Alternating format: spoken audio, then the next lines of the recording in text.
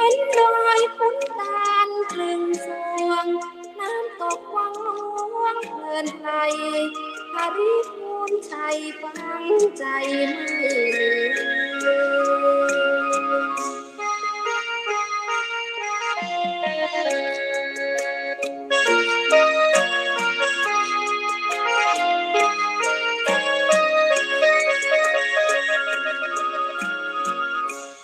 จา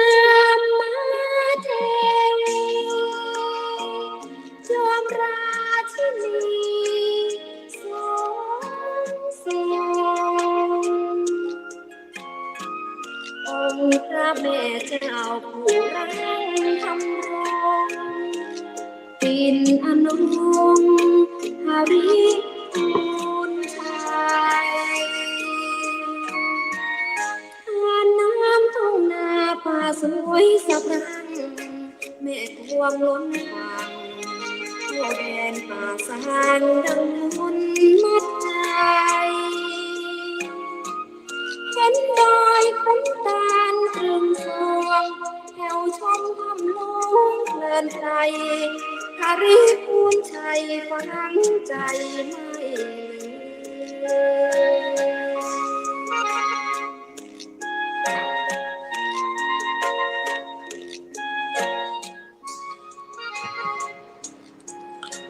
ขอความนอบน้อมจงมีแด่องค์สมเด็จพระสัมมาสัมพุทธเจ้าพระองค์นั้นขอนมัสการซึ่งพระธรรมอันเป็นคำสั่งสอนของพระผู้มีพระภาคและขอ กับไหว้สาระลึกลำเพิงถึงคุณของพระอริยสงฆ์เจ้าสี่กู้แปดจำพวกเป็นผู้ประเสริฐในโลกเจริญสุขสวัสดียังบรรดาอุปาสกอุปาสิกาสาธุชนญาติโยมพุทธบริษัททุกท่านขณะนี้นั้นท่านกำลังติดตามรับฟังรายการใต้ห่มพระรัตนตรัยออกอากาศกุเจ้าของวันพุธเวลา 5 นาฬิกาจนถึงเวลา 6 นาฬิกาเป็นเวลา1 ชั่วโมงด้วยกันและเช่นเคยดำเนินรายการโดยอาตมาภาพอนาลัยอนาลโยโดยที่สาธุชนญาติโยมสามารถติดตามรับฟังรายการได้ทางสถานีวิทยุเพื่อการศึกษาพระพุทธศาสนาและวัฒนธรรมคลื่น FM 104.50 เมกะเฮิรตซ์วัดฝ่ายหินกราบขอบพระคุณในเมตตาธรรมหลวงพ่อพระครูปริยัติยาติวศาสตร์ที่ปรึกษาเจ้าคณะอำเภอเมืองเชียงใหม่หลวงพ่อท่านพระครูสมุวิศวัตรวรกิจโจผู้อำนวยการสถานีวิทยุคลื่น FM 104.50 เมกะเฮิรตซ์วัดฝ่ายหินเจ้าวาดวัดฝ่ายหินจังหวัดเชียงใหม่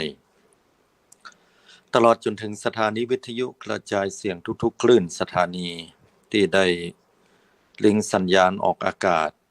ไปสู่โสตประสาทบรรดาสาธุชนญาติโยมทุกท่านหรือท่านสามารถฟังรายการทาง YouTube Channel รายการสดซึ่งทำการลิงก์สัญญาณออกอากาศหรือฟังย้อนหลังทาง YouTube ได้โดยพิมพ์คำว่าใต้ห่มพระรัตนตรัยโดยที่สาธุชนญาติโยมนั้นก็ได้สดับรับฟังพระธรรมมาโดยตลอดทุกๆครั้งก็เป็นที่น่าอนุโมทนามาณโอกาสนี้สาธุชนทุกท่านวันนี้ก็มาปะกันแห่มวันหนึ่งเป็นช่วงเวลาที่มีค่าสำหรับเฮาท่านทั้งหลาย1ครั้ง1สัปดาห์ก็ปะกันครั้งหนึ่งสัปดาห์ที่แล้วเนี่ยอาตมาภาพได้อู้ถึงคุณสมบัติของความเป็นพระโสดาบันและคุณลักษณะของพระโสดาบันคือพระอริยเจ้าชั้นต้นเป็นที่เรียบร้อยไปว่าพระโสดาบันนั้นเพิ่นมีคุณลักษณะแบบใดพ้องทีนี้พระอริยเจ้าเนี่ยบ่ได้มีแค่พระโสดาบันเพียงอย่างเดียวแต่พระอริยเจ้ามีอยู่ด้วยกันอยู่ถึง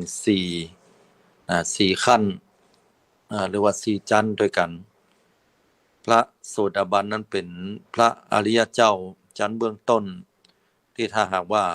ภายที่ประกอบซึ่งธรรมของพระสัมมาสัมพุทธเจ้าบำเพ็ญตามอริยมรรคมีองค์8ประการแล้วย่อมเป็นเหตุปัจจัยให้ละสังโยชน์คือกิเลส10ประการ และโดยเฉพาะอย่างยิ่งพระโสดาบันทำลายกิเลส3ข้อแรกได้แก่สักกายทิฏฐิความสำคัญมั่นหมายว่ากายนี้ใจนี้เป็นของเฮาเป็นตัวเป็นตนของเฮาวิจิกิจฉาความลังเลสงสัยในพระรัตนตรัยคือพระพุทธเจ้าพระธรรมพระสงฆ์ความลังเลในกฎแห่งกรรมลังเลในปฏิจจสมุปบาทหลักธรรมที่พระพุทธเจ้าทรงแสดงและศิลพัตตปรามาสความรูปคลำด้วยอำนาจของอุปทานความยึดมั่นถือมั่นในศีลพจน์ต่างๆข้อวัดปฏิบัติยกตัวอย่างเช่นในเรื่องของข้อวัดปฏิบัติของหมู่เจ้าเดรัจฉีต่างศาสนาอย่างนี้เป็นต้นทีนี้มาอู้ถึงพระอริยเจ้าขั้นที่สองนะขั้นที่สองชื่อว่าพระสกทาคามีซึ่งพระสกทาคามีนี่เป็นพระอริยเจ้าชั้นที่สองที่ปรากฏในบวรพระพุทธศาสนาซึ่งพระสัมมาสัมพุทธเจ้าพระองค์เองนั้นก็ได้ทรงตรัสบอกว่าบุคคลผู้ที่จะเป็นพระสกทาคามีนั้นเป็นผู้ที่มีอินทรีย์5อันแก่กล้ามากกว่าพระโสดาบันแต่ว่ามีอินทรีย์5อันอ่อนกว่าพระอนาคามีอินทรีย์5คืออย่างพ้อง1สัตทินทรีย์อินทรีย์คือศรัทธาคือความตั้งมั่นต่อพระรัตนตรัยความตั้งมั่นในการจะทำความเพียรยกตัวอย่างเช่นศรัทธาเนี่ยมีความตั้งมั่นต่อพระพุทธพระธรรมพระสงฆ์แค่ไหนเพราะว่าเป็นพระโสดาบันมาแล้วเนี่ยเพิ่นก็จะบ่มีความเชื่อในเรื่องที่นอกเหนือจากพระพุทธศาสนานอกเหนือจากที่พระพุทธองค์ทรงสั่งสอนจะบ่มีความเชื่อเรื่องของเทพเทวดาองค์ไหนที่จะเนรมิตหรือว่าประทานพรหรือว่าให้เฮาเนี่ยได้มาเกิดจะไม่มีความเชื่อเรื่องนั้นว่าโอ้พระพรหมเป็นผู้สร้างทำเฮาเกิดมาอย่างเงี้ยแต่ว่าเข้าใจอย่างท่องแท้แล้วว่าคนเฮานั้นเกิดมาจากไหนก็ด้วยคำสอนของพระสัมมาสัมพุทธเจ้านั่นละจึงมีความศรัทธาตั้งมั่นสังเกตว่าศรัทธาญาติโยมบางครั้งเวลาเฮามีปัญหานักๆมันจะเป็นการวัดว่าเฮามีศรัทธาตั้งมั่นต่อพระรัตนตรัยนักน้อยเพียงใดสัตทินทรีย์อินทรีย์คือศรัทธาเนี่ยเฮาตั้งมั่นต่อพระพุทธเจ้าแค่ไหนยกตัวอย่างเช่นว่าถ้าเฮาได้ปะสิ่งที่มันมารุมเร้าปัญหารุมเร้าจิตใจของเฮานักๆถ้าเฮามีความทุกข์เกิดขึ้นเนี่ยสังเกตว่าเฮามีความเลื่อมใสต่อพุทธเจ้าและเฮาตั้งมั่นแค่ไหนแต่โดยนักแล้วถ้าหากว่าเฮามีปัญหาเกิดขึ้นแล้วเนี่ยบางคนก็จะโต้หรือว่าจะเกิดความน้อยเนื้อต่ำใจตัวเก่าแล้วก็จะโต้ว่าทำดีนะบ่ได้ดีหรือทำดีมีที่ไหนทำชั่วได้ดีมีถมไปอย่างเงี้ยเป็นต้นพอเวลาเฮาเจ็บป่วยเป็นโรคภัยไข้เจ็บก็ดีบ่ห้อมบ่หายสักเตื้อเฮาก็จะโต้ว่าก็ทำดีมาตลอดตานมาแล้ววัดเหนือวัดใต้เพิ่นไปตานเตียนเก้าวัดเฮาก็ไปมาละเข้าพรรษาเอาก็ไปมาละไปตานมาแล้วออกพรรษาหน้าแล้งแห้งไข่ก็ไปตานมาแล้วเพิ่นเข้ากรรมไหนก็ไปตานเพิ่นมีงานปล่อยหลวงปล่อยลามที่ไหนก็ไปไม่ใช่แค่งานพุทธศาสนากินแขกแต่งงานส่งสักการตานคาบก็ไปเพิ่นหมดบุญยังมาบ่ช่วยเฮากำแล้วว่าอย่างนั้นไปโทษบุญทำน่ะก็หวังบุญว่าอย่างนั้นถ้าเวลาทำบุญแล้วหวังบุญก็เพื่อบุญเนี่ยจะมาช่วยกรรมอันที่จริงบุญมันถึงกรรมญาติโยมทั้งหลายเพียงแต่ว่าเฮานั่นไปตั้งความหวังว่าบุญจะต้องมากรรมในช่วงเวลานั้นช่วงเวลานี้ซึ่งพระโสดาบันนั้นเปิ้นเข้าใจเป็นอย่างดีเปิ้นจะบ่โทษว่าบุญเนี่ยอย่าได้ถึงบ่ามาเติมแต่งแต้มตุ้มบุญบ่ได้มาช่วยเหลือตัวเก่าในยามทุกข์ยามยากยามที่เฮาเจ็บเป็นเย็นอุ่นหรือบางคนนั้นก็ประสบกับปัญหาชีวิตเช่นว่าเจ้านายเจ้านายบ่หันใจเจ้านายบ่ได้ให้เลื่อนขั้นเลื่อนตำแหน่งหรือว่าเจ้านายนั้นเขาจะเป็นคนที่บ่หันความดีเอาเหี้ยเลยนะเฮาก็มาโทษมาเดือดร้อนฟูมฟายบางครั้งเฮาจะหันลูกของเฮาเนี่ยมาระบายความอัดอั้นตันใจหรือก็มันก็อาจจะเป็นหมู่เฮา บางคนบางท่านก็จะมีความน้อยเนื้อต่ำใจว่าเฮาทำดีแล้วมันบ่ได้ดีเฮาอุตส่าห์เนี่ยดีแล้วคนทั้งหลายก็ว่าเฮาเนี่ยเอาหน้าเหียเป็นคนที่บ่มีความจริงใจโดนใส่ร้ายป้ายสีนินทาเล่าหน้าจากขวัญว่ากล่าวเฮ้อหรือว่ากลั่นแกล้งจะต้องให้เฮานั้นต้องได้รับความเจ็บปวดตึงกายตึงใจโดยเฉพาะความเจ็บปวดทางใจเนี่ยปะกันมานักต่อนักแล้ว อาตมามักจะได้ยินคนบางคนหรือบางกลุ่มบอกว่าทำความดีก็ทำไปมั่วน่ะบ่หันจะช่วยอย่างเลย แต่ที่จริงแล้วถ้าคนที่เปิ้นมีความตั้งมั่นต่อพระรัตนตรัยเนี่ยเช็คตัวเก่าว่าเป็นพระโสดาบันก่อนเนี่ยเปิ้นจะบ่โทษจะเข้าใจว่าอ๋อที่แต่แล้วเนี่ยที่เฮาต้องปะกับความทุกข์ความยากความลำบากเวลาเฮาทำบุญแล้วบุญบักกรรมนะมันบ่ใช่นั่นก็เป็นเพราะว่าในอดีตชีวิตคนเฮานั้นบ่ได้มีแค่บุญอย่างเดียวที่ส่งผลนะบาปก็ส่งผลเหมือนกันคือหมายความว่าอดีตเนี่ยเฮาไปสร้างอย่างไว้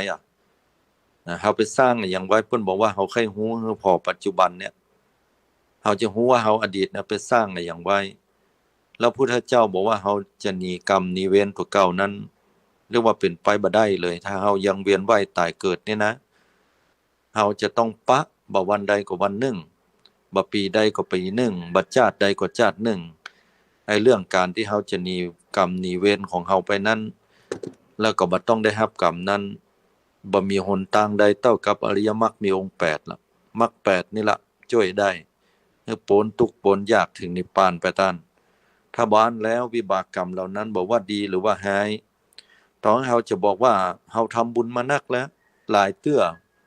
แต่ครั้งเนี้ยเฮาทำไปเอาอาหารไปให้สัตว์สิ่งหิ่งห้อยมันได้บุญน้อยเฮาบ่เอาแล้วเด้อบ่เอาบุญบ่เอาหยังสักอย่างบ่ต้องมาให้ผลเฮาจะปฏิเสธในนี้ก็บ่ได้แม้ว่าจะเป็นบุญเป็นกุศลก็จะให้ผลเฮาแน่นอนบ่นักก็น้อยบ่เวยก็จ้านั่นก็ขึ้นแต่แรงของบุญแรงของบาปเหล่านั้นเรียกว่าผลกรรมจะส่งผลให้มาใดอันนี้เป็นเรื่องที่พุทธเจ้าบอกว่าเป็นอจินไตยความเป็นไปในเรื่องของกฎแห่งกรรมมื้อเนี้ยมันเป็นสิ่งที่เฮาฮู้ได้บ่ชัดว่าจะให้ผลเมื่อใดเจาะจงลงไปบ่ได้นอกจากสัพพัญญุตญาณพระพุทธเจ้าพระองค์เดียวเท่านั้นเหมือนกันนะบาปก็เหมือนกันญาติโยม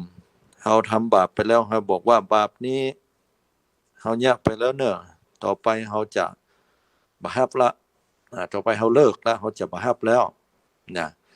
คือเลิกนั่นก็ดีละเป็นสิ่งที่ดีแน่นอนเลยละบาปเนี่ยแต่ว่าสิ่งที่เราทำไว้แล้วนะเราก็ต้องยอมรับว่ามันเป็นผลกรรมที่คนทั้งหลายเนี่ยปากันมาอู้ว่าเป็นเจ้ากรรมนายเวรนั่นแหละความหมายที่แท้จริงของคำว่าเจ้ากรรมนายเวรบ่ใช่เป็นตัวเป็นตนบ่ใช่เป็นผีสางนางไม้ที่จะต้องมาให้ผลเฮานะมันจะเป็นเทพเทปาอารักษ์หรือว่าคนเฮาเนี่ยมาเป็นเจ้ากรรมนายเวรจะมาเข็นมาฆ่ามันบ่ใช่งาน ความหมายก็คือผลของกรรมนี่แหละแล้วผลของกรรมเนี่ยมันจะมาในรูปแบบไหนญาติโยมยกตัวอย่างเช่นว่า เฮาไปขโมยของผู้อื่นในอดีตยกตัวอย่างว่าในอดีตชาติไปขโมยเป็นลักของผู้อื่นแล้วก็วิบากกรรมเนี่ยมันจะมาจับเฮาละในปีนี้เดือนเนี้ยวันเนี้ยพอมันถึงเวลาปุ๊บมันจะมาตอนบ่ายเนาะเฮาก็จะมีปัญหาเกิดขึ้นละเช่นว่าช่วงนั้นเนี่ยเฮาอาจจะประมาทบ่ได้อยู่บ้านโจรขโมยเนี่ยขึ้นมาเพราะว่ามันเป็นช่วงเวลาที่คนทั้งหลายเพิ่นออกบรรยากาศกันหมดคนเฒ่าก็บ่ได้พออย่างเพราะว่าเพิ่นก็จะต้องพักผ่อนตอนบ่ายกันปรากฏว่าบ้านเฮานั้นบ่มีไผอยู่ละแวกนั้นก็เปลี่ยวบ่มีไผโจรก็เลยงัดบ้านขึ้นแล้วก็เอาทรัพย์สินเหล่านั้นไปเกิดความชิบหายไปลักษณะแบบนี้แล้วก็เป็นเหตุเป็นปัจจัยให้เฮานั้นเกิดความเศร้าโศกเสียใจหรือบางครั้งอาจจะมีวิบากกรรมที่บ่ได้ถูกโจรเนี่ยเป็นตัวตนบุคคลเนี่ยมาลักไปก็จะมีบุพกรรมที่เกี่ยวเนื่องเกี่ยวพันเกิดขึ้นกับสัตว์สิ่งต่างๆเช่นว่าอาจจะมีสัตว์ร้ายเข้ามามีจ้างการหรือว่ามีสัตว์บางสิ่งที่เข้ามาแล้วสร้างความวุ่นวายปัญหาเกิดขึ้นที่บ้านของเฮาทำให้บ้านของเฮานั้นรุปังไปอันนี้ก็อำนาจของ อทินนาทานที่เคยทำไว้หรือถ้าบ่มีบุคคลบ่มีสัตว์ก็อาจจะเป็นเหตุการณ์เช่นว่ากรรมนั้นส่งมาในด้านของเหตุการณ์คือมีลมหลวงมาตอนบ่ายลมหลวงก็ปัดเอาหลังคาห้องบ้านของหายแซบไปเลยในพริบตาหรือว่ากระจัดกระจายไปเฮาหันอย่างนั้นเฮาก็เกิดความเศร้าโศกเสียใจหรือบางครั้งก็บ่ใช่ลมก็อาจจะเป็นไฟไหม้บ้านอย่างเงี้ยอันนั้นคือวิบากกรรมที่เฮาเคยทำไว้ในอดีตและกรรมเหล่านั้นจะส่งเป็นบุคคลมากาหรือจะส่งมาในด้านของสัตว์สิ่งหิ่งห้อยกาสัตว์เลี้ยงสัตว์ป่าสัตว์อื่นใดที่เฮาบ่ใช่เจ้าของกาเป็นเจ้าของกาก็ดีหรือแม้แต่เป็นเหตุการณ์ไฟไหม้น้ำท่วมเนาะก็มันก็อาจจะเป็นแผ่นดินไหวดินสไลด์ธรรมชาติที่เกิดขึ้นเนี่ยมันล้วนแล้วแต่สามารถจะให้ผลแก่เฮาและได้รับความลำบากใจได้เรื่องเหล่านี้นะมันเกิดขึ้นโดยผลแห่งวิบากกรรมและกรรมนั่นแหละมันเป็นเรื่องที่แปลกประหลาดเหมือนกันกรรมเหล่านี้บ่ใช่เป็นผู้ที่มีไผมาดลบันดาลมันเป็นกฎของมันที่จะฮื้อมาแล้วมันจะพอได้ว่าเฮาเนี่ยจะมีทุกข์จากสิ่งไหนมากที่สุดตามผลกรรมที่เฮาจะได้รับสมมุติว่าเฮาจะต้องได้รับผลกรรมจากมนุษย์เนี่ยทำให้บีบคั้นเบียดเบียนจิตใจของเฮานักเพราะว่าเฮาทำกรรมเรื่องของอทินนาทานในอดีตชาติไว้นักมันก็จะมาให้ผลกระทำให้เฮานั้นเกิดความเจ็บปวดรวดร้าวใจเครียดแค้นชิงชังหรือไม่อย่างใดเนี่ยมันจะเกิดความรู้สึกนั้นตอนนั้นเกิดขึ้นและนั่นเป็นการสร้างกรรมใหม่ไปอย่างเนี้ยเป็นต้นเนาะฉะนั้นแล้วสรุปก็คือเมื่อเฮาเกิดปัญหาอันใดเกิดขึ้นแล้วเนี่ยเฮาไปโทษดินฟ้าอากาศลมฟ้าโทษเทพเจ้าหรือว่าโทษคนอื่นโทษคนนั้นคนนี้โดยที่แท้แล้วเนี่ยคนที่สร้างเหตุมันมานั้นก็คือตัวเฮานั่นแหละแล้วเฮาจะเลือกทำกรรมมาอย่างไปเนาะยกตัวอย่างว่าคนมาขึ้นบ้านเนี่ยขโมยบ้านเฮาก็จะเลือกทำกรรมมาอย่างข้อ1อโหสิกรรมก็ข้อ2พยาบาทอาฆาตฆ่ามันเลยกะหรือว่าข้อ3คือเป็นไปตามกฎหมายบ้านเมืองนะฮะอันนี้มันขึ้นอยู่กับเฮาล้วนแล้วแต่สามารถทำได้ถึง3ประการสามารถจะทำได้เฮาจะให้อโหสิกรรมมันเพราะอะหยังเพราะว่ามันเป็นหลานแต่เฮาเป็นลูกแต่เฮากะอย่าเฮาให้อโหสิกรรมมันได้ก่อหรือว่ามันจะเป็นผู้อื่นที่เข้ามาเบียดเบียนบีบคั้นคนบ่ฮู้จักเฮาจะเอาอาฆาตพยาบาทจองเวรมันก่อเฮาก็สร้างกรรมต่อก่อหรือว่าเฮาจะเพื่อเป็นไปตามกฎหมายมันก็ไปติดคุกติดตารางของเขาไปตามกรรมเขามันก็ขึ้นอยู่กับการตัดสินใจของเฮาส่วนที่สุดแล้วก็คือการปลงวางที่จิตใจของเฮานี่แหละถ้าเฮาเข้าใจกฎแห่งกรรมอย่างนี้แล้วเฮาจะบ่สงสัยในพระรัตนตรัยพระพุทธพระธรรมพระสงฆ์นี่เรียกว่ามีสัตทินทรีย์อินทรีย์อันแก่กล้าต่อมาวิริยินทรีย์อินทรีย์คือความภาคเพียรพยายามตัวนี้ก็เหมือนกันความภาคเพียรในที่นี้คือเพียรในถ้าเอาตามตรงๆแต่คือเพียรในมรรค8หนทางแห่งความพ้นทุกข์การปฏิบัติเนี่ย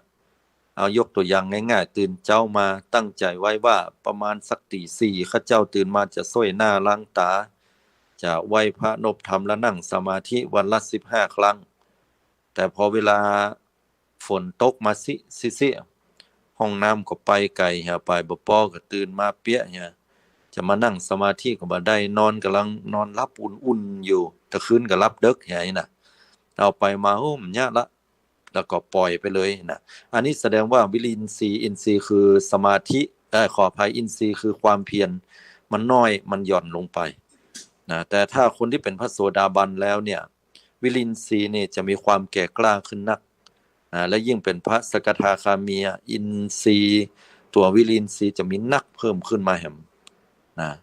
ฉะนั้นก็จะบ่ายเบี่ยงบ่ว่าอย่างจะเกิดขึ้นจะต้องได้ทำการเจริญสมาธิก่อนอย่างเงี้ยเป็นต้นหรือแม้แต่เรื่องราวที่บีบคั้นหัวใจฝ่ายลบเช่นว่าตั้งความปรารถนาไว้แล้วว่าถ้าไผมาด่าเฮาเนี่ยเฮาจะบ่โกรธแล้วก็จะบ่ด่าตอบต่อให้โกรธแล้วจะบ่ด่าตอบอย่างเงี้ยเป็นต้นและจะพยายามละความโกรธให้ได้บ่อยๆอันนี้ถ้าหากว่าไผที่ปะคนอื่นเนี่ยจะด่าได้ด่ามาหรือว่าทำร้ายเฮาก็ดี เฮาตั้งใจไว้แล้วว่าเฮาจะบ่โคตรคนที่เป็นพระโสดาบันเนี่ยมีความตั้งมั่นอยู่ละมีความโคตรอยู่แต่ถ้าความโคตรเนี่ยมันเกิดขึ้นก็เข้าใจฟังดับจะบดาด้วยวาจายิ่งเป็นพระสกทาคามีแล้วยิ่งมีอินทรีย์ห้าความเพียรนั้นแก่กล้าจะบ่บ่ายเบี่ยงถ้าเป็นเจ้าบ้านเฮานี่ก็โอ้เขาด่ามาเฮาด่าตอบสมัยแต่ก่อนมันด่ากูมากูด่ามันตอบไปเลยสมัยบัดเดียวกึดแห่ก่อนมีสติแต่ก่อนนี้ใจขึ้นด่าไปเลยใส่หัวมันแบบนี้มันต้องไปกลัวเขาอันนี้คือการที่เราปล่อยให้ตัวเก่าสร้างวิบากกรรมที่บดีไว้กรรมปัจจุบันก็เป็นที่เกลียดชังต่อบุคคลเหล่านั้นกรรมอนาคตเราก็จะต้องได้ปะสิ่งเหล่านี้ที่เป็นกรรมอู้กรรมจาที่เสียดสีแต่งใจเฮานี่แหละเพราะฉะนั้นสิ่งต่างๆที่ท่านทั้งหลายปะในปัจจุบันเนี่ยตั้งแต่ตื่นมาจนถึงรับแม้แต่รับก็รับวิบากกรรมถามว่ารับวิบากกรรมอย่างใดบางคนรับดีนอนดีบางคนแล้วรับฝันร้ายบางคนแล้วรับตื่นเนาะบางคนรับแล้วตื่นขึ้นมาหมาเห่าเตื้อก็แมวคบหัวกันเนี่ยบ่ได้รับนอนดีมันล้วนแล้วแต่เกิดจากบุพกรรมทั้งสิ้นมันจะมารูปแบบไหนที่บั่นทอนสุขภาพจิตสุขภาพกายของเฮาบางคนก็รับบ่ฮู้เนื้อฮู้ตัวมาเฮาเป็นหมูกี่ตัวเพราะพวกน่ะตัวเก่าบ่ฮู้ก็คือบ่ฮู้เรื่องรับลึกไปเลยบ่ฮู้เรื่องก็วิบากกรรมในส่วนนี้บ่ได้มารับกับเปิ้นแต่คนที่อยู่รอบๆนั้นก็มีวิบากอย่างเงี้ยเป็นต้นญาติโยมทั้งหลายฉะนั้นแล้ววิริยินทรีย์ความเพียรพยายามเนี่ยแม้ว่าจะฝนตกฟ้าห้องต้องเสียอันใดหรือว่าจะมีคนมาเบียดเบียนบีบคั้นบีทาว่ากล่าวทำเฮาเสียกำลังใจทำเฮาเจ็บปวดใจคนมีความเพียรคนมีความอดทนจะตั้งมั่นต่อคำสอนของพระสัมมาสัมพุทธเจ้าจะตั้งมั่นเลือกที่จะทำความดีบ่มีการท้อถอยทดถอยไปนะฮะต่อไปอินทรีย์ตัวที่3คือสตินทรีย์อินทรีย์คือสติต้องยอมรับว่าหมู่เฮาเนี่ยมีการหลงลืมเป็นธรรมดาของปุถุชนคนธรรมดาอย่างหมู่เฮาท่านทั้งหลายบางเตื้อนะญาติโยมคนเฒ่าคนแก่เนี่ยถ้าเวลาเฮาจะอู้จะจาหยังเนาะถามว่าหวังอย่างไปในอนาคตการไปหน้าเพิ่นหวังอย่างสักอย่างหวังให้อยู่ดีมีสุขนั่นน่ะสุขภาพแข็งแรงแสดงว่าลักษณะนี้คือคนที่เป็นคนแก่ละแล้วเวลา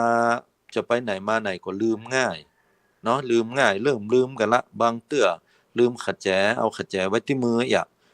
ลืมล็อกประตูบ้านปิกเข้าไปหำล้อมนั้นก็ลืมสิ่งนั้นลืมสิ่งนี้กันเนาะอันนี้เริ่มที่จะแก่ละแต่ความลืมเหล่านี้บ่ใช่เป็นอัลไซเมอร์มันเป็นเรื่องปกติของสมองที่ใจมันนักและอีกอย่างหนึงก็คือการที่เฮาขาดการเจริญสมาธิอยู่บ่อยครั้งเพราะหมอเพิ่นได้ยอมรับแล้วว่าการเจริญสมาธิเนี่ยการกำหนดลมหายใจเข้าออกจะเป็นเหตุปัจจัยทำให้สมองเนี่ยเพิ่มยักษ์แล้วก็เพิ่มความจดจำได้เป็นอย่างดีฉะนั้นภายที่บ่ใครเป็นอัลไซเมอร์บ่ใครเป็นภาวะหลงลืมเนี่ยต้องเจริญสติมันๆนะญาติโยมนะอันนี้ก็เป็นธรรมดาถ้าเวลาหลงลืมคนเฒ่าคนแก่ก็เป็นเรื่องปกติเนาะแล้วโดยเฉพาะอย่างยิ่งเวลาไปอู้ในเรื่องอันอย่างที่เป็นปัจจุบันก็อาจจะฮู้เรื่องอยู่แต่ถ้าจำในส่วนอดีตที่ผ่านมาเนี่ยจะจำได้ดีเพิ่นถึงบอกว่าคนเฒ่าอู้กับเรื่องเก่านะก็เพราะว่าเพิ่นจำเรื่องเก่าเรื่องใหม่มันบ่จำประมาณว่าได้หน้าแล้วก็ไปลืมตั้งหลังไปหมดอย่างคนที่ลืมหมายถึงว่าคนถ้าเป็นคนหนุ่มนะถ้าเป็นคนเฒ่าเนี่ยตั้งหลังเนี่ยบ่ลืมตั้งหน้าเนี่ยลืมไปหมดอย่างอู้กันไปตั้งหน้าก็มีหลงลืมกันฉะนั้นเนี่ยสตินทรีย์อินทรีย์คือสติถ้าเป็นทางพระพุทธศาสนาแต่ก็คือเจริญอยู่กับปัจจุบันนะฮะทำมาอย่างก็คือให้ทำปัจจุบันจะลืมพ่องอย่างพ่องก็เป็นอดีตนั้นเป็นเรื่องปกติอนาคตบ่กังวลเมื่อเฮาอยู่กับปัจจุบันนี่จะลุกกรรมให้มีสติก่อนจะไปลุกพรวดพลาดเตื้อเพราะว่าเฮาลุกพรวดพลาดไปแล้วเนี่ยเฮาก็จะลืมพ่องลืมขะแจพ่องลืมสิ่งนั้นลืมสิ่งนี้ลืมแว่นตาว่าลืมอย่างสัปปะอย่างลืมมีดลืมผ้าลืมโทรศัพท์มือถือลืมกระเป๋าสตางค์ ก่อนจะลุกตั้งสติแห่กรรมบ่ต้องฟังฟ้าวเขาจะไปไหนเขาจะไปไหนก็บ่ฟังถึงขนาดนั้นตั้งสติให้ดีแกว่าจะพลิกบ้านละค่ายพลิกบ้านมูนเอ้ยตัวจะพลิกบ้านแล้วก็โชคดีเนอะนะวันพูกกาวันฮือกาว่างๆก็มาอู้กันใหม่ลุกพรวดพลาดไปเฮาก็จะลืมละว่าเฮาลืมของเหล่านั้นบางเตือก็พลิกมาแหมรอบลืมขะแจบ้านบ่น่ะอีล่ายังมาเตื้อเอาขะแจบ้านไว้ฮื้อมันเป็นยากการทำโอก็ลืมก็พลิกบ้านพลิกมาที่ได้อู้กันเนี่ยก็เอาขะแจไปเปิดบ้านก็เสียเวลาอย่างเนี้ยเป็นต้นฉะนั้นเวลาจะลุกก็ให้มีสติก่อนที่จะลุกก็กึดให้ก่อนว่าเฮามีหยังพ้องนะเวลาจะไปนี่ก็สำคัญนะเวลาจะไปนี่ก็สำคัญเวลาไผสักคนนึงมาบอกให้เฮาเนี่ยเข้าใจเว้ยๆนะใจเว้ยๆเพิ่นจะไปกันแล้วอันนี้ซ้ำลืมง่ายเพราะว่าเพิ่นจะต้องเอาหยังไปเพราะบัดตันน่ะหยังสักอย่างนี่บ่บอกล่วงหน้าน่ะบางคนนี่ถึงกับโคตรกับเกลียดกันเพราะว่าเพิ่นบ่ได้เกียมเนื้อเกียมตัวเนาะบางคนก็บ่โคตรบ่เกลียดเก่าแต่ว่าก็ลืมของเหล่านี้ก็ว่าเพื่อไปได้สักหน่อยออกบ้านไปได้สักหน่อยลืมแม่นบ่นั่นน่ะต้องปอกมาเอาอย่างเงี้ยฉะนั้นแล้วเนี่ยถ้าเวลาจะไปไหนก็จะไปฟังไปฟ้าวถ้าจะฟังฟ้าวแท้ๆก็ต้องเตรียมตัวถ้าว่าบ่ตันเตรียมตัวนั่นก็เฮาก็ต้องมีสติให้นักที่สุดแต่ว่ามันจะลืมก็มันมีสิ่งที่เฮาต้องจำกัดคือเรื่องเวลาเนาะฉะนั้นแล้วดีที่สุดคือเฮาฝึกสติญาติโยมทั้งหลายเนาะไปฟังไปฟ้าวมันมีหยังก็จะไปใจมันลอยนั่นก็เนาะถ้ามันมีสติตลอดเนี่ยอย่างพระอรหันตานี่เพิ่นบ่ลืมหยังสักอย่างในปัจจุบันนะแต่อดีตนี่ลืมได้เช่นว่าอดีตเพิ่นเป็นเจ้าบ้านเพิ่นเคยแต่งงานมาเพิ่นเคยไปหั่นไปนี่ยากการนั้นการนี้โอกาสที่เพิ่นจะลืมเรื่องราวเหล่านั้นไปพ้องเป็นเรื่องปกตินั่นน่ะเพิ่นฮ้องว่าสัญญาขันธ์มันลืมได้แต่ถ้าปัจจุบันเพิ่นฮ้องว่าสติเพิ่นฮ้องว่าสัตตินทรีย์อินทรีย์คือสติสตินทรีย์เนาะฉะนั้นพระอรหันต์ขออภัยพระสกทาคามีเนี่ยจะมีสตินทรีย์อินทรีย์คือสติเนี่ยตั้งมั่นกว่าพระโสดาบันมีความตั้งมั่นนักการกำหนดสติการเดินจงกรมการนั่งสมาธิการจะทำนั่นเนี่ย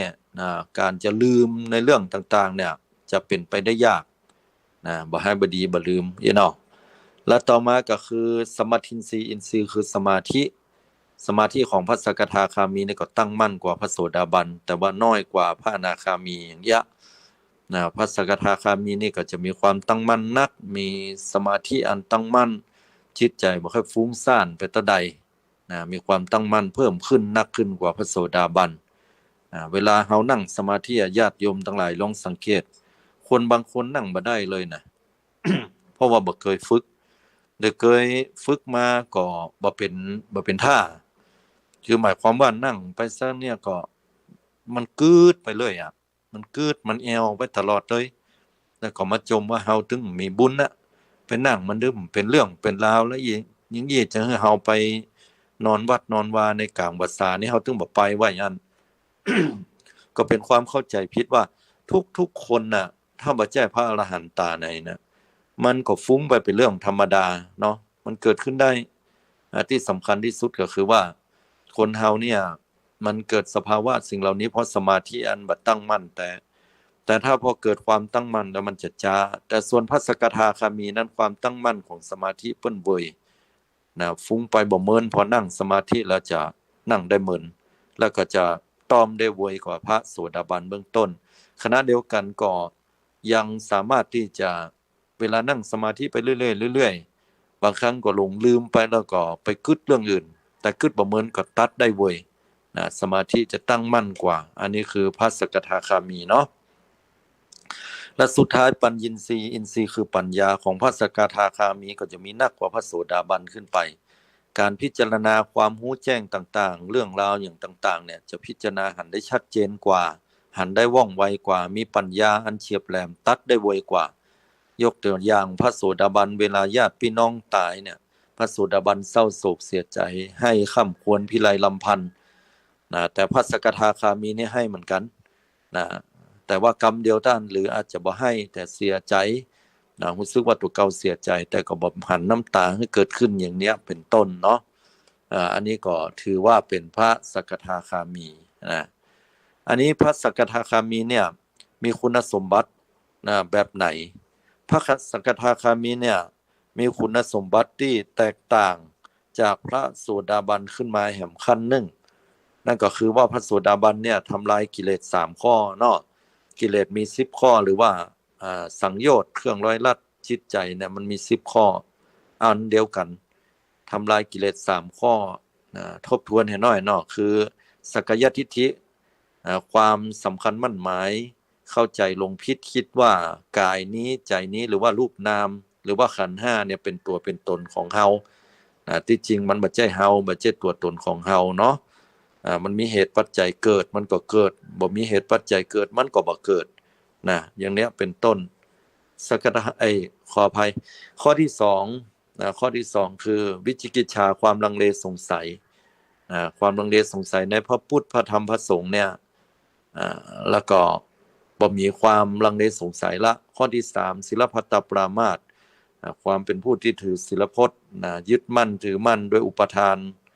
ก็บ่มีแก่พระโสดาบันละนะเมื่อเป็นอย่างนี้น่ะพระ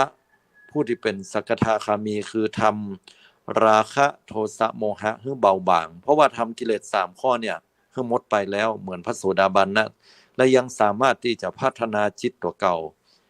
ละความโลภโกรธหลงให้มันเบาบางลงไปนักยกตัวอย่างที่อาตมาว่าตะกี้เนี่ยพระโสดาบันเนี่ยจะมีความเศร้าโศกเสียใจอยู่อย่าง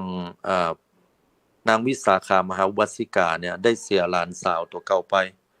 พอหลานสาวตายแล้วเนี่ยก็พิไรลำพันธ์บ่เป็นอันกินอันนอนอย่างนั้นนะให้อยู่หั่นพอได้นิมนต์พระพุทธเจ้าและเหล่าสาวกถึง500มาก็เพื่อว่าจะได้ทำบุญจะได้สบายใจพ้องพระพุทธเจ้าหันดังนั้นก็เลยถามนางวิสาขามหาวัสสิกาว่าหน้าตามองคล้ำเปี่ยมไปด้วยหน้าทั้งสองนั้นเปี่ยมไปด้วยน้ำตาบอกว่าโยมเนี่ยเป็นอย่างใดเกิดเรื่องอะไรอย่างขึ้น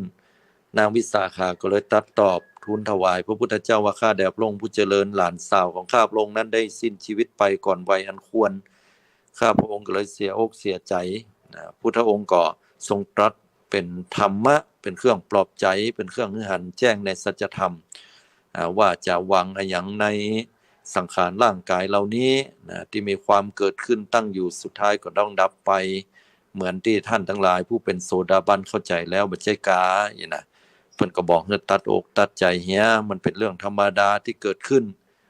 นางวิสาขามหาวัสสิกานั้นก็คลายความเศร้าโศกเสียใจลงไปแล้วก็พิจารณาเห็นธรรมได้อย่างนี้เป็นต้นแห่งท่านหนึ่งก็คือพระอานนท์พุทธอุปถากพุทธเจ้านี่จะมีความใกล้ชิดพระพุทธเจ้ากล่าวไว้ในปิฎกว่าเปิ้นฮักและเคารพพระพุทธเจ้าเนี่ยเหมือนอ้ายแต่เลยทั้งที่ว่าเปิ้นมีศักดิ์ว่าเป็นลูกผู้น้องคือเป็นลูกของพระเจ้าสุโกธนะส่วนพระพุทธเจ้าหรือว่าเจ้าชายสิทธัตถะเนี่ยเป็นลูกของพระเจ้าสุโธทนะซึ่งเป็นอ้ายเก่าพระเจ้าสุโกธนะเนี่ยเป็นน้องทัดไปเพราะฉะนั้นพระอานนท์เนี่ยเป็นลูกของพระเจ้าสุโกธนะก็ถือว่าเป็นลูกผู้น้องแต่ท่านเคารพนับถือพระพุทธเจ้ามีความผูกพันกันนักขนาดเลยดูแลอุปถากพุทธเจ้าเนี่ยไปที่ไหนมีพระพุทธเจ้าที่ไหนก็มีพระอานนท์ที่หั่นทีนี้ในวันที่พระพุทธเจ้าจะได้ปลงสังขารเนาะคือมารก็มาอาราธนาคือพุทธเจ้านั้นบอกว่าทวงสัญญาพระองค์ท่านบอกว่าเมื่อใดก็ตามที่พุทธบริษัท4ได้ตั้งมั่นในบวรพระพุทธศาสนาพระพุทธธรรมพระสงฆ์ได้ตั้งมั่นเป็นผู้ที่มีสุตตะขยะวยากรณะเป็นผู้ที่ตั้งมั่นด้วยการทบทวนธรรมธรรมวินัยของพุทธองค์ได้ตั้งมั่นแล้วพุทธบริษัท4ตั้งมั่นแล้วพุทธองค์จะปรินิพพานบ่ใช่กาอีน่ะปรากฏว่าพุทธองค์ยังบ่ตอบเด้อแต่ก็ไปใบ้ให้พระอานนท์ได้ฮู้ว่าบัดเนี้ยจะต้องถึงเวลาที่จะต้องอาราธนาเฮาละท่านนิมนต์เฮาไว้เพื่ออยู่ได้แห่ม1กับก็คืออายุ100 ปีของพระองค์เนี่ย ก็สามารถที่จะเผยแผ่หลักธรรมคำสอนไปได้แห่งชัดนักนี่นะเพื่อได้ช่วยเหลือเพื่อแผ่ไปแต่พระอานนท์เพิ่นบ่เข้าใจความหมายเหล่านั้นเนาะจะใบ้อยู่เท่าใดก็ตามหลายต่อหลายเตื้อก็บ่ได้เข้าใจสุดท้ายพุทธองค์ก็เลยทรงปลงสังขารตัวเก่ากลับมารว่าหลังจากนี้ไปแห่ง3 เดือนเฮาตถาคตจะปรินิพพานแผ่นดินถึงไหววันนะลั่นเลื่อนก็คือแผ่นดินไหวรุนแรงขนาดเลยเกิดเป็นเต้คนป้องสยองเกล้า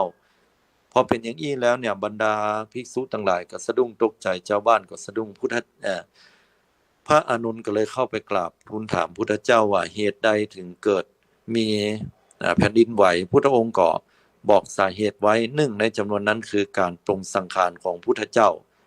พระอานนท์ได้สดับอย่างนั้นเลยก็เลยเข้าใจแจ่มแจ้งละว่าขออาราธนาพุทธองค์นะว่าขอให้อยู่โปรดบรรดาสรรพสัตว์แห่งให้ได้ครบกับของพระองค์คือ100 ปีนะกับของพุทธเจ้าเฮานี้100 ปีนะฮะพุทธองค์อยู่มาถึงกับได้อยู่แค่80 ปีแต่ถ้ากับของพุทธเจ้าแต่ละพระองค์บ่เท่ากันบางพระองค์นั้นก็มีอายุใดเป็นหลักพันบางพระองค์ก็มีอายุเป็นหลักหมื่นอย่างนี้เป็นต้น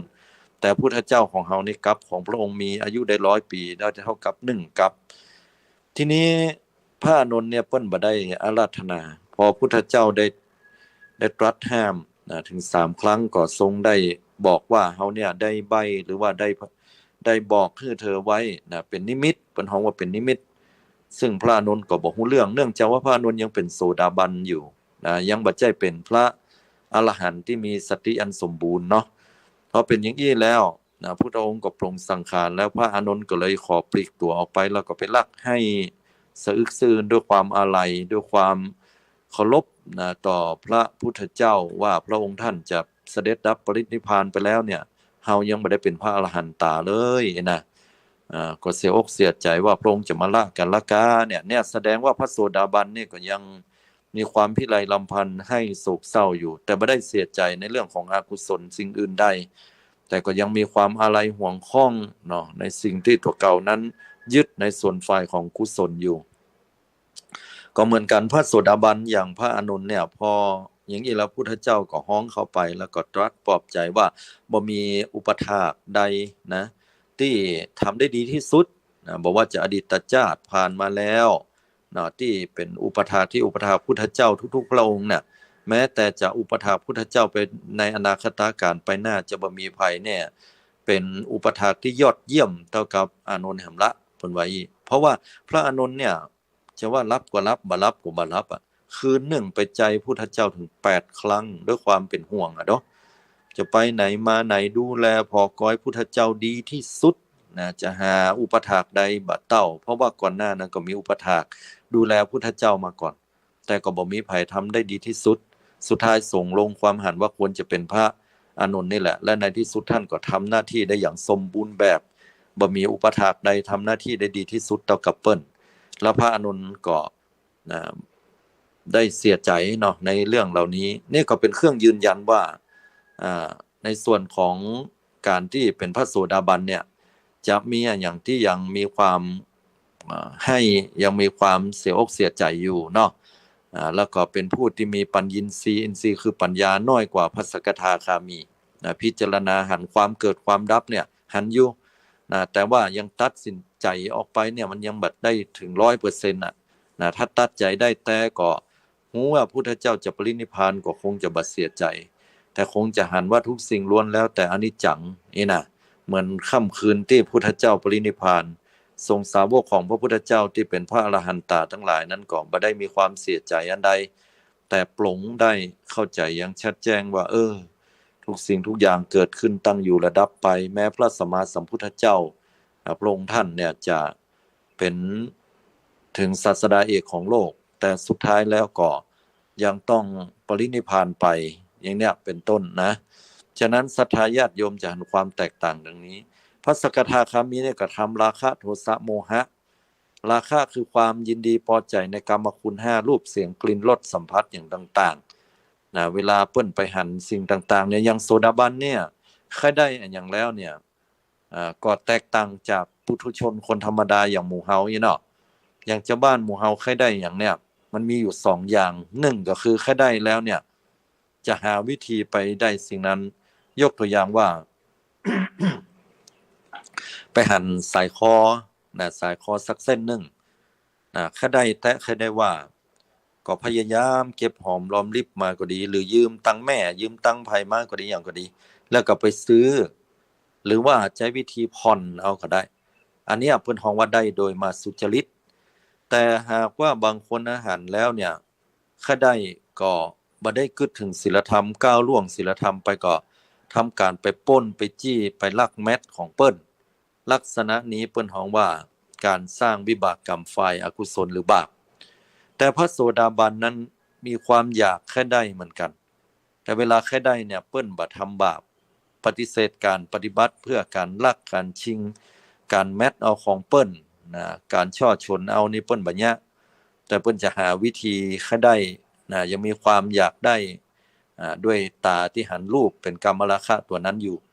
แต่ว่าแค่ได้มาอย่างถูกต้องตามศีลธรรมแม้ว่าอู้ถึงกู้ผัวตัวเมียนั้นก็ยังมีอันยังกันอยู่เนาะตามผัวตามเมียนะโสดาบันนี่นะยังมีอยู่เป็นตามผัวตามเมียนอนด้วยกันเป็นเรื่องปกติแต่จะบ่มีคำว่านอกใจในคู่ครองของตัวเก่าโดยเด็ดขาดเพราะว่านั่นคือการล่วงละเมิดศีลนะทีนี้พระสกทาคามียิ่งขึ้นไปกว่านั้นทำราคะโทสะโมหะเนี่ยเบาบางลงอย่างพระโสดาบันนี่ก็เป็นไปอย่างนั้นแต่พระสกทาคามีเนี่ยความต้องการสิ่งต่างๆความโลภต่างๆเนี่ยต้องพิจารณาด้วยปัญญาความโลภความต้องการต่างๆหูดังอย่างต่างๆนั่นก็บ่ค่อยเกิดขึ้นนักต่อให้เกิดขึ้นก็จะตัดออกไปได้ด้วยปัญญาของตัวเก่าด้วยสติตัวเก่าอย่างเนี้ยเป็นต้นเนาะความโกรธความเกลียดพระโสดาบันยังมีความโกรธความเกลียดแต่บ่ได้ไปด่าไผบ่ได้ไปประทุษร้ายบุบตีฆ่าเปิ้นยิงเปิ้นตายบ่ได้เอามีดไปฟันเปิ้นเนาะนี่คือโสดาบันแต่พระสกทาคามีนั้นบ่ร้ายบ่ดีบ่โคตรเอาอีเนาะบ่ร้ายบ่ดีบ่โคตรพระสกทาคามีนะเป็นผู้ที่ทำโมหะให้เบาบางลงไปก็บ่มีความเปิ้นฮ้องว่ากลัวหรือว่าฟุ้งไปสงสัยอันใดนะบ่ร้ายบ่ดีเนี่ยจะบ่มีความฟุ้งของจิตบ่ร้ายบ่ดีจะบ่มีความเรียกว่ากลัวอันใดก็จะพิจารณาหันด้วยปัญญามีสติตั้งมั่นขึ้นกว่าพระโสดาบันอันนี้ก็คือคุณลักษณะของพระสกทาคามีคือทำราคะโทสะโมหะเบาบางลงทีนี้ศรัทธาญาติโยมเฮาท่านทั้งหลายพออู้มาถึงตรงนี้แล้วเนี่ยก็เฮาท่านทั้งหลายอาตมาจะอู้ถึงพระอนาคามีเนาะพระอนาคามีนี่นำเกริ่นไว้ก่อนแต่สัปดาห์หน้านี่จะมาอู้ถึงเรื่องของคุณสมบัติของพระอนาคามีนะว่าเพิ่นเป็นอย่างไรส่วนพระสกทาคามีเนี่ยเพิ่นบอกไว้ว่ามีความแตกต่างจากพระโสดาบันคือพระโสดาบันเนี่ยอาตมาอู้เมื่อสัปดาห์แล้วว่าเพิ่นจะมาเกิดแหมเนี่ย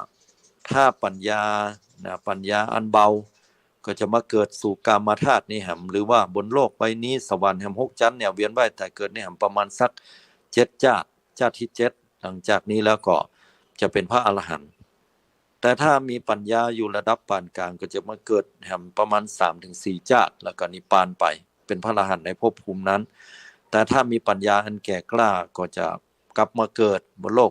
มนุษย์นี้หรือว่าจากโลกมนุษย์นี้ไปสู่สวรรค์ชั้นฟ้าก็บรรลุเป็นพระอรหันต์แล้วก็นิพพานไป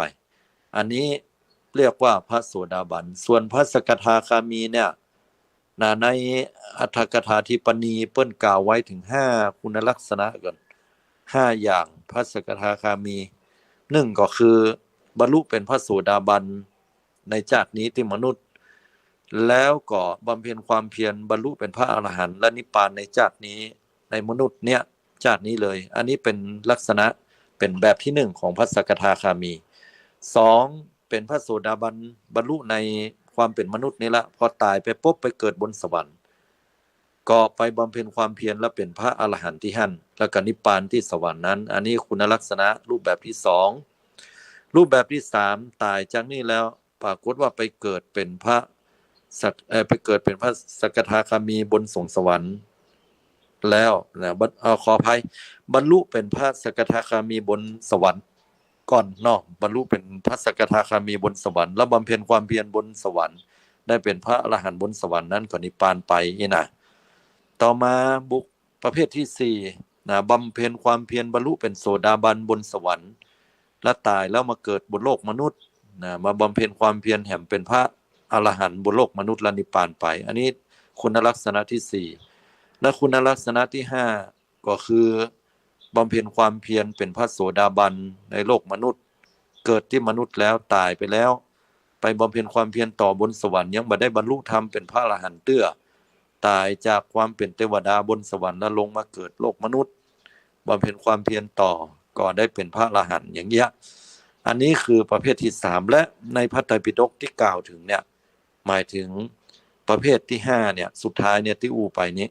อย่างเนี้ยฉะนั้นแล้วก็พระสกทาคามีถือว่าเป็นบุคคลผู้ที่เป็นพระอริยเจ้าชั้นหนึ่งในจำนวน4ชั้นก็คือเป็นชั้นที่2เนาะจากพระโสดาบันและพระสกทาคามีก็เป็นพระอริยเจ้าที่บ่ได้มาเกิดแห่งละนะขออภัยบ่ได้ลงสู่อบายภูมิ4เนาะคือนรกเปรตอสุรกายและสัตว์เดรัจฉานแต่จะกลับมาเกิดแห่งเนี้ยก็บ่กี่เตื้อกี่ครั้งหรืออาจจะเป็นเพียงแค่ครั้งเดียวก็ได้เนาะหรืออาจจะบ่ได้กลับมาเกิดและทำที่สุดในชาตินี้บรรลุอรหันต์เลยก็ได้นี่ก็คือพระสกทาคามีเนาะศรัทธาญาติโยมเฮาท่านทั้งหลายก็ฟังแล้วก็เข้าใจพ่องบ่เข้าใจพ่องนะเพราะว่าโอ้ก็งงพอสมควรแล้วมันจะมีคำถามขึ้นมาว่าที่ผ่านมาเนี่ยมันมีละอ่อนคนหนึ่งที่เปิ้นบอกว่าสามารถเชื่อมจิตได้อย่างใดน่ะแล้วก็มีทุเจ้าตนหนึ่งบอกว่าถ้าพระอรหันต์หรือว่าพระอนาคามีเนาะจะปิกมาเกิดแห่มก็สามารถจะมาได้ถ้าเปิ้นผาธนาจะมาน่ะหรืออาจจะบอกว่าพระสกทาคามีสามารถมาเกิดเป็นมนุษย์คนเฮาได้แห่มนะพระอรหันต์มาเกิดได้แห่มอันนี้เนี่ยมันเป็นความเข้าใจผิดอย่างท่องแท้เลยแล้วก็เป็นการบิดเบือนคำสอนในพระพุทธศาสนาอย่างแท้จริงเพราะว่าอย่าเอาความคิดเห็นของตัวเก่าเนี่ยไปใส่นะเพราะว่าคำสอนของพุทธเจ้ามีอย่างใดก็จะต้องทรงไว้อย่างนั้นเพียงแต่ว่าเขาอาจจะขยายความนะให้มันเป็นยกตัวอย่างก็อย่างการให้มันเข้ากับปัจจุบันเปิ้นเฮาว่าเหมือนกับเฮาเทศประยุกต์เนี่ยแต่ละธรรมคำสอนของเปิ้นเนี่ยบ่ควรอย่างยิ่งที่จะไปบิดเบือนนะหรือว่าเอาความคิดเห็นของตัวเก่าเนี่ยไปแปลกแยกแล้วก็เป็นการลบพระสัทธรรมของพระพุทธเจ้าเนี่ยอันนี้บ่ดีย่อมประสบเหตุอันเป็นอบายเป็นอย่างนักเนาะพุทธเจ้าได้ตรัสไว้อย่างนั้นฉะนั้นแล้วคนที่จะเป็นพระอนาคามีเนี่ยจะเป็นอย่างใดแล้วก็คนที่จะเป็นพระอรหันตเจ้าคือผู้สิ้นจากอาสวะกิเลสจะมีคุณลักษณะแบบไหนอันนี้ศรัทธาก็รอฟังกันในเทปหรือว่าการบรรยายในครั้งต่อๆไปซึ่งอาตมาเองก็จะได้ปรับปรุงในส่วนของการสื่อสารอย่างต่างๆเนี่ยให้มันดีขึ้นเนาะก็ยอมรับว่าบักเก่งในเรื่องเทคโนโลยีเท่าใดนะการสื่อสารการใช้เครื่องไม้เครื่องมือการสื่อสารเนี้ยนะก็เป็นสิ่งที่เสียดายเหมือนกันว่าถ้ามีความรู้ความเข้าใจเรื่องนี้นักๆก็คงจะได้ไลฟ์สดไปตัวหรือว่าอย่างหลายๆอย่างไปตัวได้ซึ่งศรัทธาญาติโยมก็คงจะได้เข้าถึงหลักธรรมคำสอนเพิ่มนักขึ้นเนาะฉะนั้นก็ได้ฟังนี้ก็พอดีอยู่นั่นก็ฝากให้ศรัทธาญาติโยมเฮาทุกๆท่านได้สดับรับฟังธรรมของพระสัมมาสัมพุทธเจ้าเนาะว่าเฮามาเป็นพระอริยเจ้ากันตามคำสอนของพระพุทธเจ้าเตอะนะยิ่งเฮาได้ปฏิบัติอยู่เนี่ยการที่เฮาจะพยากรณ์ตัวเก่าให้ได้เป็นพระอริยเจ้าชั้นโสดาบันเบื้องต้นเนี่ยสามารถทำได้และยิ่งเฮาปฏิบัติไปเรื่อยๆโอกาสที่กิเลสมันจะก้อยมดก้อยเสี่ยงก้อยบรรเทาเบาบางลงก้าวเข้ามาสู่ความเป็นพระสกทาคามีได้อันนี้ก็สามารถเป็นไปได้แล้วก็พัฒนาขึ้นเป็นพระอริยเจ้าชั้นอนาคามีเป็นผู้ที่ทำลายกิเลสได้เพิ่มเติมเข้าไปแห่มอันนี้ส่วนจะทำลายแบบไหนอย่างใดสัปดาห์หน้าอาตมาจะมาอู้ถึงเรื่องของพระอนาคามีให้ศรัทธาญาติโยมได้รับฟังกันก็เป็นคนละเทปกันไปเนาะจะได้เข้าใจกันก็เสียดายที่บัดสามารถที่จะให้ญาติโยมโทรเข้ามาในรายการได้ก็ศรัทธาญาติโยมมันมีข้อจำกัดในเรื่องของเครื่องมือสื่อสารอยู่เดี๋ยวถ้า ารอการ รอการปรับปรุงเนาะปรับปรุงเครื่องมือสื่อสารให้ดีขึ้นก่อนจะได้อธิบายให้ศรัทธาญาติโยมได้ตอบคำถามกันได้เนาะแล้ววันนี้ก็บรรยายมาถึงจนสุดท้ายละเนาะสุดท้ายในเรื่องของพระอริยเจ้าจันทสกทาคามี อาตมาก็มาถึงช่วงสุดท้ายของรายการอยู่ก็คงจะทบทวนให้ศรัทธาญาติโยมได้รับทราบว่าพระอริยเจ้านั้นมีอยู่4กู้8จำพวกที่เขาถามกันว่าสวดมนต์ละ4กู้8จำพวกมีอย่างนั่นน่ะ4กู้ก็คือพระอริยเจ้า4ขั้นแล้วก็8จำพวกมันเป็นกู้นั่นแหละเลยเพิ่นเฮาว่า8จำพวก8จำพวกก็มีโสดาปฏิมรรคโสดาปฏิผลอันนี้กู้ที่1สกทาคามิมรรคสกทาคามิผลกู้ที่2อนาคามิมรรคอนาคามิผลในกู้ที่3และอรหัตตมรรคอรหัตตผลในกู้ที่4เนี่ยเพิ่นเอาว่า4คู่8จำพวกแล้วถามว่าโสดาปฏิมรรคโสดาปฏิผลเนี่ยมันคือหยังก็คือเมื่อใดก็ตามที่บุคคลปุถุชนธรรมดาเพียรพยายามปฏิบัติตามมรรค8อริยมรรคมีองค์8ของพุทธเจ้าเนี่ยต่างพ้นทุกข์เนี่ยปฏิบัติไปแล้วอย่างที่เคยอธิบายน่ะเจริญอานาปานสติกรรมฐานเดินจงกรมสมาธิเนาะปฏิบัติอยู่ในศีลสมาธิปัญญาพัฒนาขึ้นไปเรื่อยๆจนในที่สุดระหว่างที่กำลังพัฒนาอยู่นั้นทำลายกิเลสอยู่นั้นเนี่ยเปิ้นฮ้องจิตมันจะข้ามสู่ภพภูมิของความเป็นอริยเจ้าเปิ้นฮ้องลักษณะนี้ว่าโสตาปฏิมรรคเมื่อได้มรรคแล้วแน่นอนเลยว่าหนทางที่กำลังก้าวไปเนี่ยจะต้องเป็นผลแน่นอนนะคือกำลังจะทำลายกิเลสอยู่กิเลสจะหมดเสี้ยงไปละ3ข้อสักยทิฏฐิวิจิกิจฉาศีลพัตตปรามาสจะสะบั้นขาดลงละระหว่างนั้นท่านเปรียบเทียบเหมือนกับก้าวขาข้ามไปมีน้ำเหมืองเนาะยกตัวอย่างน้ำเหมืองพอมีน้ำเหมืองอยู่เนี่ยก้าวขาข้ามไปฝั่งปุ้นอยู่กึ่งกลางระหว่างกึ่งกลางแห่งมะในเปิ้นว่าเนาะจะอยู่ฝั่งซ้ายก็บ่ใช่ฝั่งขวาก็บ่ใช่ถ้าหากว่าบุคคลเป็นลักษณะเนี้ยยันเข่าข้ามไปแห่งฝั่งนึงนะข้ามไปเลยนั่นก็คือไปอยู่แห่งฝั่งนึงละนั่นก็คือเปรียบเทียบไปจากปุถุชนคนธรรมดาไปเป็นพระอริยเจ้าชั้นโสดาบันละบ่มีความตกต่ำเป็นธรรมดาปิดประตูอบายภูมิแล้วมี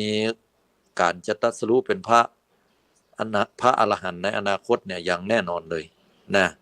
อันนี้ลักษณะนี้แต่ถ้าก้าวขาปิกปอกขึ้นมาจากฝั่งนั้นเนี่ยนะบ่ได้เป็นแล้วก็อันนี้ก็ถือว่าปิกมาความเป็นปุถุชนเนาะแต่ส่วนนักแล้วถ้าก้าวข้ามไปแล้วเนี่ยส่วนนักก็จะเป็นพระโสดาบันเรียกว่าพระโสดาบันเป็นโสดาปฏิผลมีมรรคก็มีผลเรียกว่ากู้ที่1เนาะคือมรรคคือกำลังปฏิบัติเพื่อจะหลุดพ้นจากกิเลสและผลก็คือบรรลุแล้วนะทำเหตุแล้วหรืออุปมาเปรียบเทียบแห่งอย่างหนึ่งเหมือนกับเฮาเป็นไข้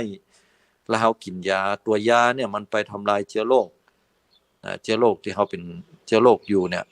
พอกำลังทำลายอยู่เนี่ยเปิ้นฮ้องว่ามรรคพอทำลายได้เป็นที่เรียบร้อยแล้วเฮาเป่งเฮาวะเฮาสดเฮาชื่นเฮาหายจากโรคภัยไข้เจ็บนะเปิ้นฮ้องว่าผลโสดาปฏิมรรคโสดาปฏิผลก็เหมือนกันนะแล้วก็สกทาคามิมรรคสกทาคามิผลอนาคามิมรรคอนาคามิผลอรหัตตมรรคอรหัตตผล4กู้8จำพวกก็เป็นลักษณะแบบนี้แหละนะอันนี้ก็อธิบายให้ศรัทธาญาติโยมเพิ่มเติมได้เข้าใจนะว่าพระอริยเจ้า4กู้8จำพวกเป็นอย่างใดเนี่ยนะเมื่อเฮาได้เข้าใจอย่างนี้ก็จะรู้ชัดแล้วว่าอ๋อ มันเป็นลักษณะนี้บางคนก็มาคิดว่าโอ้แล้วเฮาจะได้บรรลุกว่าเนี่ยนะเฮาบ่ได้บรรลุอ่ะก็เกิดมาเนี่ยต้องถามถึงโสดาบันอย่างนี้มันจำได้ก็ต้องสะสมบุญไปก่อไปถึงภพหน้าชาติหน้าหลายชาติตลอดชาติอย่างยิ่งเนี่ยอันนี้อย่าไปอธิษฐานอย่างนั้นญาติโยมทั้งหลายอย่าไปดูถูกตัวเก่าพุทธเจ้าเนี่ยเพิ่นบอกว่าโอกาสที่เฮาเกิดมาเป็นมนุษย์มันยากพอเฮาเกิดมาแล้วเนี่ยคือโอกาสที่เฮาจะได้บรรลุเป็นพระอริยเจ้าถึง4กู้8จำพวกได้คำถามมีอยู่ว่าแล้วเป็นเจ้าบ้านบรรลุได้ก่อคำตอบคือได้กะได้หมดอ่ะบอกว่าจะเป็นทุเจ้าหรือเจ้าบ้าน เพียงแต่ว่าเจ้าบ้านเนี่ยถ้าเป็นคุณธรรมชั้นสูงขึ้นไปการจะบรรลุบรรลุธรรมเป็นพระโสดาบันนี่บ่ยากสกทาคามียากขึ้นไปแหมอนาคามียิ่งยากเข้าไปใหญ่เพราะว่าการอยู่ครองเรือนเนี่ยมันเป็นเรื่องที่พระอนาคามีเปิ้นจะบ่ครองเรือนกันคือหมายความว่าจิตใจเปิ้นจะบ่มีความยินดีพอใจในการครองเรือนและยิ่งเป็นพระอรหันต์เนี่ยจะหมดสิ้นกิเลสถึงหมดเนี่ยเปิ้นบอกว่าการจะประพฤติพรหมจรรย์หรือว่าทำให้กิเลสสิ้นไปถึง10ข้อได้เนี่ยการจะเป็นฆราวาสเจ้าบ้านมันเป็นเรื่องที่ยากจะทำให้มันบริสุทธิ์บริบูรณ์เหมือนกับการคัดสังมันเป็นไปบ่ได้สังที่เปิ้นคัดมาให้มันเงาวาววับงามเนี่ยนะงดงามเปล่งประกายเนี่ยมันบ่สามารถทำได้ถ้าเป็นเจ้าบ้านเพราะว่ายังมียึดติดยังมีปัญหายังมีความวุ่นวายเข้ามาอยู่การบวชการบวชนั่นแหละก็จะเป็นเหตุเป็นปัจจัยให้ได้บรรลุถึงอรหันตาในชาตินี้ได้ฉะนั้นมันก็ขึ้นอยู่กับตัวตนบุคคลเนาะเมื่อเฮารับรู้รับทราบอย่างนี้ก็อย่างน้อยที่สุดโยมก็บำเพ็ญให้เป็นโสดาบันไปเบื้องต้นก่อนละกิเลสถึง3ข้อ